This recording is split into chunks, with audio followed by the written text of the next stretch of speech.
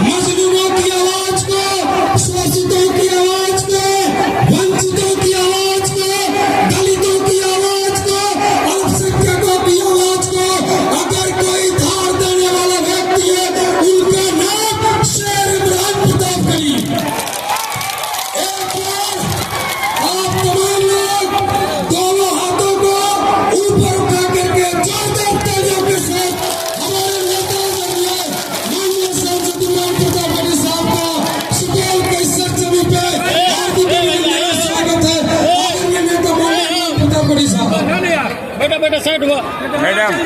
मेरी आंखों के सामने हजारों की तादाद में मौजूद नौजवान साथियों, बुजुर्गों और छतों पर मौजूद मेरी माओ बहनों, पहली बार आपके दयारे मोहब्बत में हाजिर हुआ हूँ। आपके गांव की कहानियां हमेशा मुझे मिन्नत रहमानी दिल्ली में बैठ के सुनाते रहते हैं। कभी कभी कोसी में नाव पर जाते हुए इनकी तस्वीरें भी मैं देखा करता हूँ। कभी मोटरसाइकिल पे आप लोगों के बीच में आपकी समस्याएं सुनते हुए मैं मिन्नत रहमानी को देखता रहा हूँ और हमेशा सोचता था कि किसी मौके पे आपसे आऊंगा मुलाकात करने के लिए। और आज जब हाजिर हुआ हूँ तो एक ऐसे मौके पर हाजिर हुआ हूँ कि आने वाली 11 तारीख को आपको न सिर्फ सुपौल के भविष्य का फैसला करना है, बल्कि बिहार के भविष्य का भी फैसला करना है। मेरे भाई, हम सायादार पेड़ जमाने के काम आए और सूखने लगे तो जलाने के काम आए। कच्चा समझ के बेच न देना मकान को, कच्चा समझ के बेच न देना मकान को, शायद कभी ये सर को छुपाने के काम आए। सुपौल वालों, ये चुनाव बहुत महत्वपूर्ण चुनाव है। एक तरफ वो ताकतें खड़ी हैं जिन्हें लगता है कि वो जो चाहेंगे वो कर लेंगे, जैसी तानाशाही से चाहेंगे देश चलाएंगे। और एक तरफ वो ताकत खड़ी है जिसका नाम राहुल गांधी है, जो ये कह रहा है कि नहीं, देश संविधान से चलेगा, लोकतंत्र से चलेगा। मैं इमरान प्रताप गढ़ी हूँ, आपका अपना बेटा, आपका अपना भाई। आप जानते हैं कि संसद से लेकर के सड़क तक आपके मुद्दों पर लड़ता रहता हूँ। और इस दोपहरी में, आप तपती दोपहरी में हजारों की तादाद में इकट्ठा है। नया पाने की चाहत में पुराना छूट जाता है। तुझे अपनाऊं तो मुझसे जमाना रूठ जाता है। पढ़ने लिखने में बहुत आसान है, लेकिन मोहब्बत को निभाने में पसीना छूट जाता है।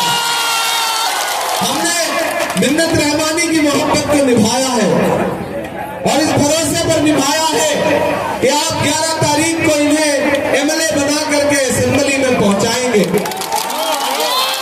एक बात आपको बता दूं, मैं खगड़िया से लेकर के, बछवाड़ा से लेकर, फुलवारी शरीफ से लेकर के, बिहार शरीफ से लेकर, नालंदा से लेकर, बरबीघा से लेकर, दीघा से लेकर, पूर्णिया से लेकर, किशनगंज से लेकर के, बहादुरगंज से लेकर के, कस्बा से लेकर, धमदाहा से लेकर के, ठाकुरगंज से लेकर के, उधर बेतिया से लेकर, ढाका से लेकर, सिमटा से लेकर, चनपटिया से लेकर के भागलपुर होता हुआ सुपौल पहुंचा हूं। और इतनी विधानसभाएं घूमने के बाद, चुनाव प्रचार करने के बाद ये कह सकता हूं कि एक तरफा बिहार में महागठबंधन की सरकार बनने जा रही है। कोई ताकत रोक नहीं सकती है। 14 नवंबर को जब रिजल्ट आएगा तो तेजस्वी यादव बिहार के नौजवान मुख्यमंत्री बनेंगे। नीतीश जी अब रिटायरमेंट के करीब हैं और उसका सबूत ये है कि पटना में मोदी जी ने रोड शो किया तो नीतीश जी को अपनी गाड़ी पे ही 4 दिन पहले बैठाया ही नहीं। नीतीश जी को भाजपा ने लगभग रिटायर कर दिया है। इसलिए अब किसी झांसे में मत आइए।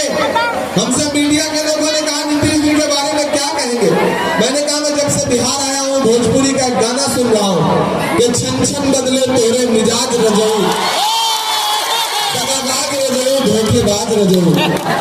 मैंने कहा मैं ये गाना सुन रहा हूँ और मुझे लग रहा है कि भोजपुरी जैसी लोक भाषा का ये गाना नीतीश जी के लिए ही बना है। एक बात याद रखना साथियों कि अगर दिल्ली में बैठे हुए व्यापारियों को लगता है कि वो गुजरात के रिमोट कंट्रोल से बिहार को चलाएंगे तो नहीं हो सकता। बिहार को गुजरात के व्यापारी नहीं बल्कि बिहार के बिहारी चलाएंगे। यहाँ के नौजवान चलाएंगे, यहाँ की माएं बहनें चलाएंगी, बुजुर्ग चलाएंगे। इसलिए साथियों, बड़ी मिन्नतों से मिन्नत का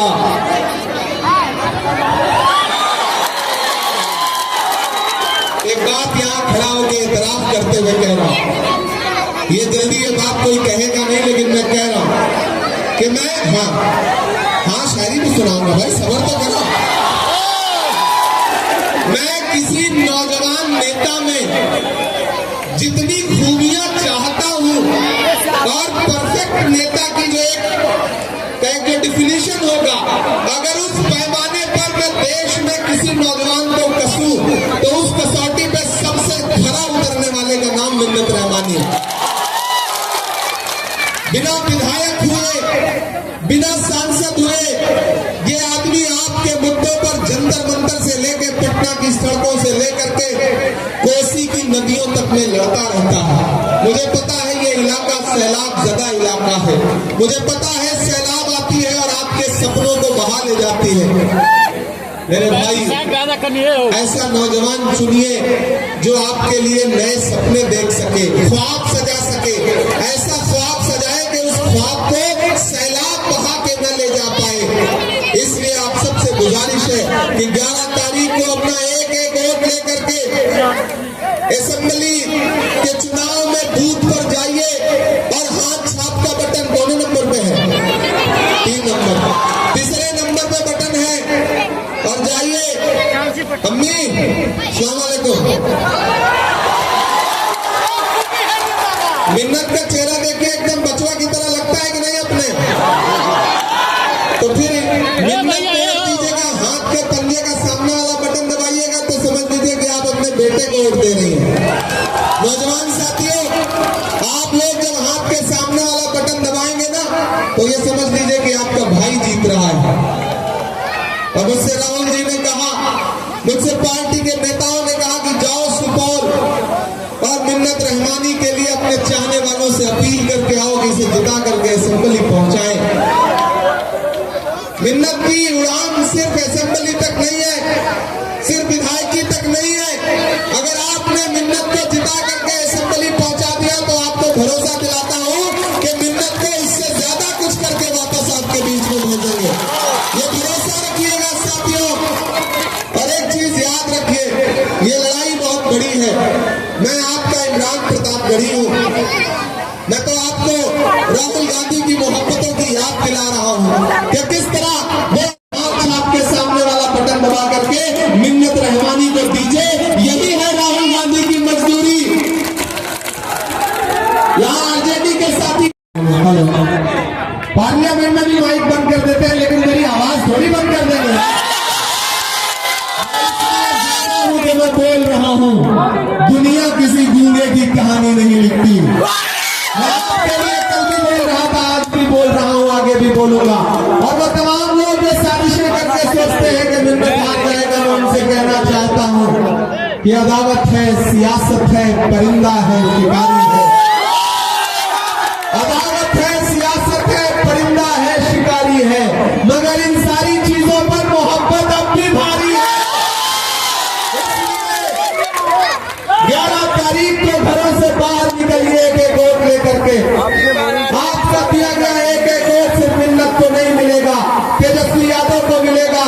ये जो लालू यादव जी को जेल भेजने का सपना रखने वाली सरकार है ना, उनके सपने को चकनाचूर करने के लिए 3 नंबर का बटन दबाइए, मिन्नत को जिताइए।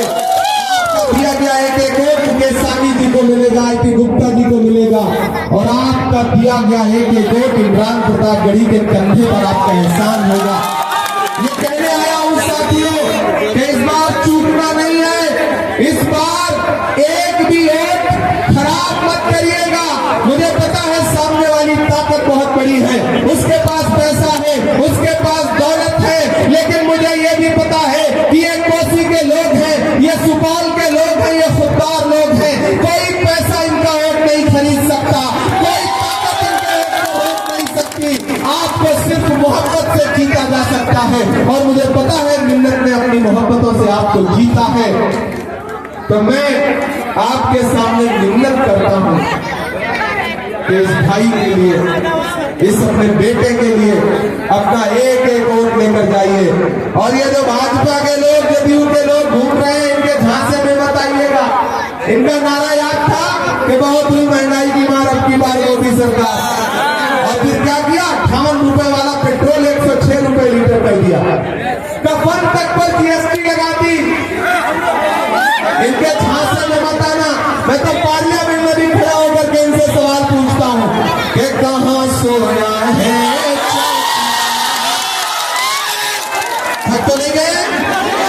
कहाँ सोया है चौकीदार, कहाँ सोया है चौकीदार, कि गैस सिलेंडर की कीमत भी 1000 के पार, कहाँ सोया है चौकीदार। लेकिन महागठबंधन की सरकार क्या कर रही है? जैसे ही सरकार बनी, गैस सिलेंडर की कीमत 500 कर देंगे। और माई बहन मान योजना में मेरी माँ बहनों सुन लो, आपके एक वोट से आपको क्या मिलेगा बदले में, मैं बताता हूँ। 14 जनवरी से पहले एक साथ आपके अकाउंट में, हर औरत के, हर महिला के अकाउंट में 30,000 रुपए, 30,000 रुपए, 30,000 रुपए डालने का काम करेगी महागठबंधन सरकार। नौजवानों, आपके लिए क्या कहा जा रहा है? आपके लिए क्या कहा जा रहा है कि जैसे ही सरकार बनी, 5 साल में हर परिवार के एक नौजवान को नौकरी देने का काम करेगी। ठीक, ये सबको बताइए और सवाल पूछिए कि कहाँ सोया है चौकीदार, कहाँ सोया है चौकीदार। तैयार रहना कि नहीं? कि अब बिहार में बन जाएगी तेजस्वी सरकार, चौकीदार, कहाँ सोया है चौकीदार। कि चाय समझदारों में मिलत के लोग नाम ले लो, पिलाओ मत, फिर भी इनको स्वाद आ जा रहा है। कि चाय बेचने वाला पूरा भारत बेच रहा है कि नहीं बेच रहा है?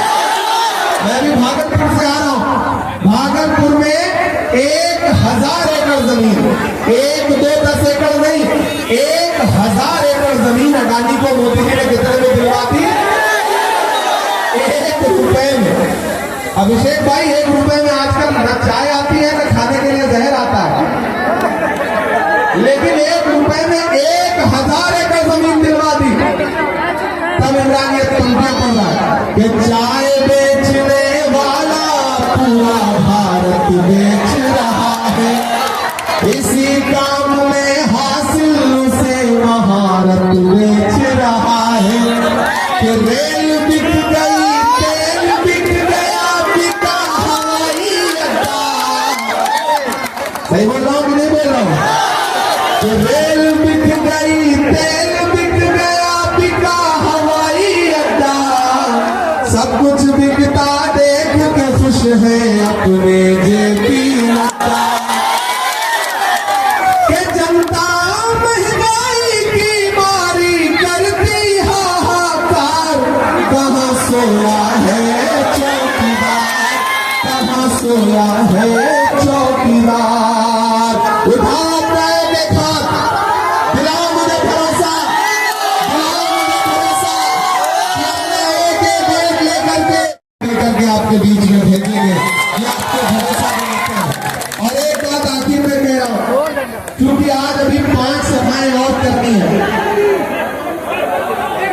5 सभाएं और करनी है। एक वादा आपसे कर रहा हूं, देखिए, एक वादा आपसे कर रहा हूं कि 14 तारीख को रिजल्ट आएगा। मैं दिल्ली के किसी जगह पर बैठा हुआ, मेरी नजरें सुपौल की तरफ होंगी। मुझे मायूस मत करिएगा, मुझे शर्मिंदा मत होने दीजिएगा। मिन्नत जीतेगा तो मैं जीतूंगा, मिन्नत जीतेंगे तो राहुल गांधी जीतेंगे, मिन्नत जीतेंगे तो तेजस्वी यादव जीतेंगे, मिन्नत जीतेंगे तो भाई अभिषेक दत्त जीतेंगे। इसलिए मिन्नत रहमानी जीतेंगे तो आप जीतोगे। एक एक वोट लेकर के बूथ पे जाइए और मिन्नत सुनो। एक वादा तुमसे करता हूँ मेरे भाई कि 14 तारीख को रिजल्ट आएगा। आज चूंकि आनंद खाना में आया हूँ, 5-5 सभाओं के लिए जा रहा हूँ, तो मेरा भी दिल नहीं भरा है इनको शायरी सुना करके। मेरा भी मन है कि कोई शाम ऐसी जुटेगी जब इनको खूब सारी शायरी सुनाऊं। तो 14 को जब जीत जाना तो उसके बाद जीत के जश्न का एक प्रोग्राम करना, हेलीकॉप्टर फिर यही उतारेंगे हेलीकॉप्टर, और 1 घंटा 2 घंटा 3 घंटा जितनी देर कहोगे कलेजा निकाल करके हथेली पे रख देंगे। चुपचाप ऐसे धीरे से बोलोगे तो आवाज कैसे जाएगी नीतीश जी तक, कैसे जाएगी नीतीश जी तक? चुपचाप। उधर से अम्मी आवाज नहीं आई चाची, ताकि